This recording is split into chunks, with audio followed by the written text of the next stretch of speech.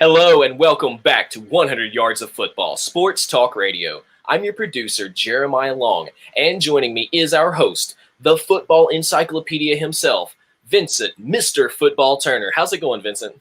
Hey, man, I'm blessed today. Very blessed. Very happy to be here on 100 Yards of Football. Well, today we've got our history special, and this is on a classic player from the hometown of Omaha, Nebraska, out of Central High School, the man himself, Gale Sayers. So Mr. Sayers is a huge deal. There's a lot of big news with him at this very moment because we all know what's going on. But Mr. Turner, I'll let you go ahead and explain it. Well, Jeremiah, when you think about certain players in certain sports, there's guys that really stay with you forever. And as I was growing up, I had two heroes that was just every time I heard their name, every time I heard them speak on TV, it just brought a certain type of pride among myself, not only as a young man growing up in Memphis, Tennessee, but as an African American. The one other guy was Muhammad Ali, Cassius Clay out of Louisville, Kentucky. And the other gentleman is the gentleman we're talking about today, Gale Sayers. What a great football talent, man. God-given. Yes, a guy that went to Chicago, a city that's all about blue collar. A city that when you're a superstar in Chicago, it's just a different level. And I always speak here on 100 Yards of Football about must-see TV. We always talk about Reggie Bush was must-see TV. Michael Vick must-see TV. Herschel Walker must-see TV. But, man, in the mid-'60s, and we've talking about a time that was very critical in this country, Gale Sayers was must-see TV, man. Yeah. And Chicago is very dear to my heart because my father, who's probably watching today, sent out much love to my father in Memphis, Tennessee, Chester Turner. The Chicago Bears is his favorite team, and Walter Payton is his favorite player. But this man, Gale Sayers, set the tone. Yeah. Out of Kansas, two-time All-American, consensus All-American in 1964, gets to Chicago in 1965. They got a running back by the name of Ronnie Bull, who's the starter. A lot of people on the team are leaning to Ronnie Bull, but this rookie comes on the scene by the name of Gale Sayers. And he still has a record that hasn't been broken today, 22 touchdowns. Whew. As a rookie, still hasn't been broken as a rookie in the National Football League. Wait, say that again. 22 touchdowns as a rookie. God. 1965. But what sets the tone with me about Gale Sayers and why every time I think about him and when he passed last week, it was really hurtful to me. I'll go back to December the 12th, 1965 against the San Francisco 49ers. 6 touchdowns that day. Yeah. And up to that point, only 2 players had done that in the National Football League. One was Red Granger, and I can't think of the other gentleman right now. But I give everybody who's got a YouTube channel to please go back today after you watch this video and go back and pull up Gale Sayers against the San Francisco 49ers, December 12th, 1965, and everybody see how special this young man was and how great a football player. He was magic on the field, man. Had the ability what all great running backs have. Vision, quickness, run instincts off the charts, read and react, cut on a dime, calculate every step. Man, he was explosive. The sad part about it, he only played 6 years due to knee injuries.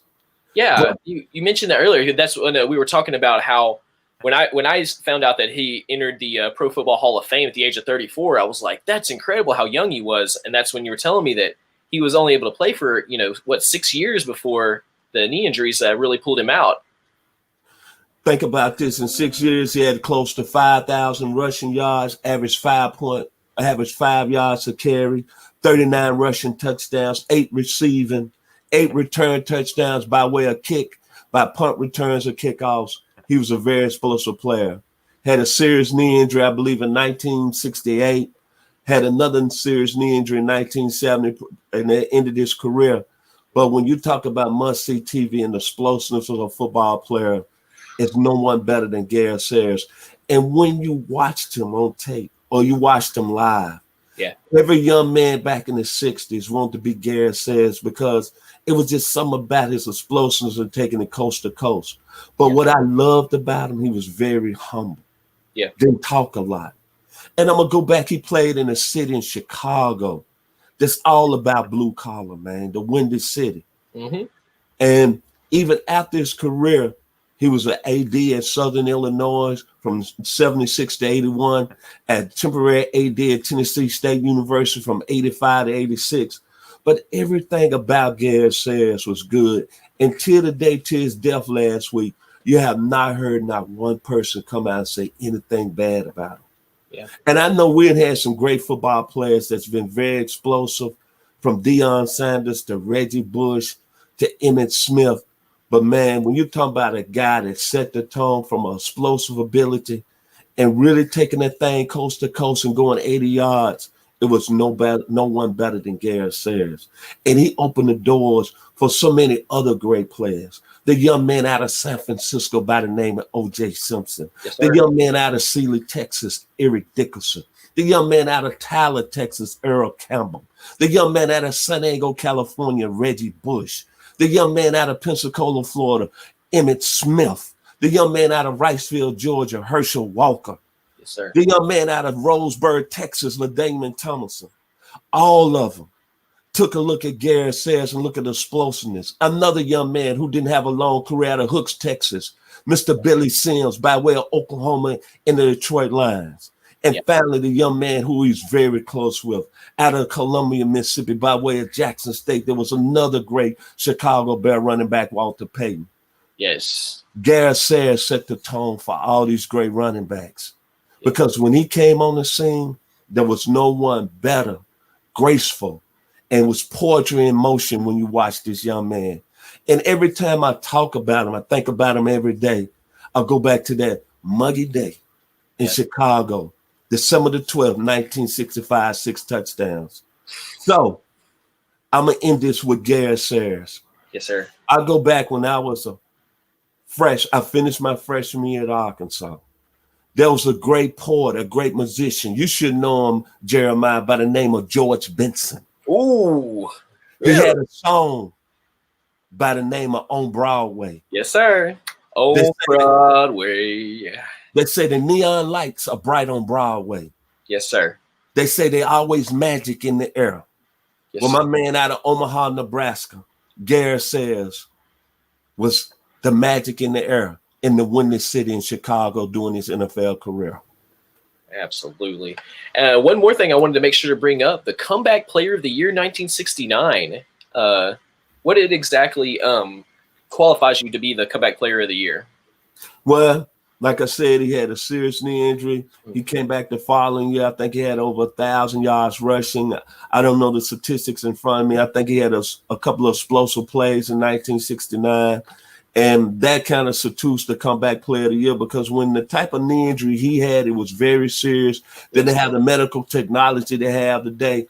And when he came back, he kind of put the Chicago Bears team on his back. Remember this about Gale Sayers. When you look at all the great players that I just mentioned, I'm going to start with Emmitt Smith. You put a Super Bowl title behind his name. Yeah. Eric Dickerson, rushing titles. But a thing about Gale Sayers, he did all this on teams that didn't win in Chicago. Right. Teams that didn't win. Yeah. Think about that. And he was still must-see TV. And that's what makes him so special. But as I mentioned earlier, before I start our video today, it's only one other athlete that brings the pride of me as an African-American kid growing up in the 60s in the South, in Memphis, Tennessee, where it was so divided between black and white. Yep. One of them was Muhammad Ali, Cassius Clay out of Louisville, Kentucky. And another one was Gale Sayers. What he did that rookie year, 22 touchdowns, is still an NFL record till today. It's never going to be forgotten. And if you don't think how much impact he made when he passed on last Wednesday, just go back to all the Instagram feeds, the Twitter feeds, and see all the great things they said about Gale Sayers. And this is what put tears in my eyes. Last year, they honored the Chicago Bears 100th anniversary team. And I tell anybody, if you're a Chicago Bears fan today, matter of fact, if you're a football fan, period, go back and look at that ceremony. And when he came on the stage, he was battling a very serious disease that eventually took him out, dementia. Yeah. And look at that tape when he came on the stage, man, and how everybody in the house stood up, and he was in the wheelchair. Yeah. Oh, man. That's moving, man. Brother. That is moving, brother. Go back and look at it today. Well, everybody's watching this video. Go back and watch the Chicago Bears 100th anniversary when they tribute to the 100 great players of Chicago Bears and pull up Gale Sayers and look how the Chicago Bear Nation gave them love. See, that's what it's about. Respect. Respect and honor. And that's what Gale Sayers brought in my heart. And as I talk about him today, I talk with a great pride because he came on the scene and he was the most explosive player. And as I mentioned, he set the tone. Let me throw one more other player in there, the young man out of Pittsburgh, PA, Tony Dorsett. Yeah. You follow all those great player careers. And Barry Sanders. I'll be wrong if I don't mention him. Out of Wichita, Kansas. We know how the career went for Barry Sanders. Look at all those great running backs. But it was the man, Gale Sayers, that set that explosiveness, the vision, the read and react, and the calculating at every step. That he put the NFL on his back and on losing teams. Yeah. That's what's so remarkable as we talk about the great man from Omaha, Nebraska, the Kansas coming. And I talk with great pride today about Gale Sayers, man. Well, we definitely appreciate it. That's why for our audience, that's why we get Vincent, Mr. Football Turner, to go in depth on these history specials. Because when you have someone like Gale Sayers, who you really have to unpack his entire career to fully understand the incredible greatness of him, not just as a player, but as a human being. And that's one thing that we like to do here on 100 Yards of Football, Sports Talk Radio, is we like to break down people not just as great players, but as upright individuals, as people that deserve respect and honor. Absolutely. And so here at 100 Yards of Football, we honor Gale Sayers.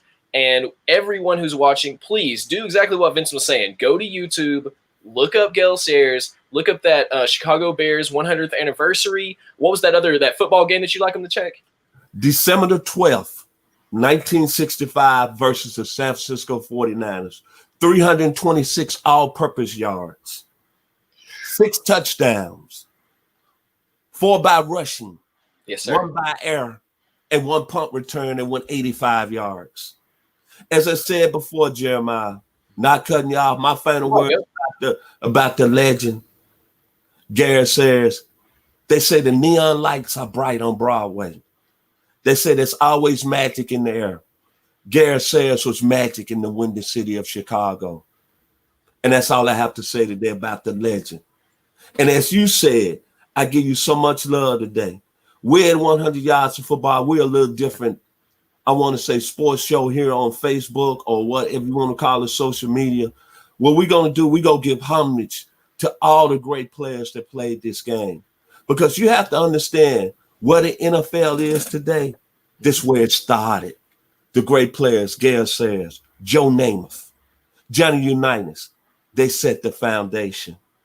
And we got to give respect, love, and honor to those players. Absolutely. So if you guys are watching right now, please leave us a comment. Tell us your favorite moment from Gale Sayers' history. Also tell us other players that you'd love us to do a history special on. We go in depth. We're the only ones who are going to tell you that he came out of Omaha, Nebraska, that he went to Central High School. We're going to take it all the way back to his high school, into his college career, all the way through the NFL and on into his post-NFL life, past the career. And so that's one of our big missions here at 100 Yards of Football, is to bring you the depth that you need to really understand the greatness of where the game has come from, so that you understand where the game is now. So for 100 Yards of Football, Sports Talk Radio, I'm your producer, Jeremiah Long. You've been with Mr. Football himself, Vincent Turner, our host. Join us every week live on Facebook, YouTube, Twitch, and all the other platforms that you love. Plus, we'll be having our near daily podcast, and you may be listening to it right now here on the Believe Podcast Network. and we'll have that almost daily. So make sure that you like, subscribe, download, and follow all of our social medias. So we'll talk to you guys just a little bit later in this week. Thank you so much for watching our history special on the great Gale Sayers. See you.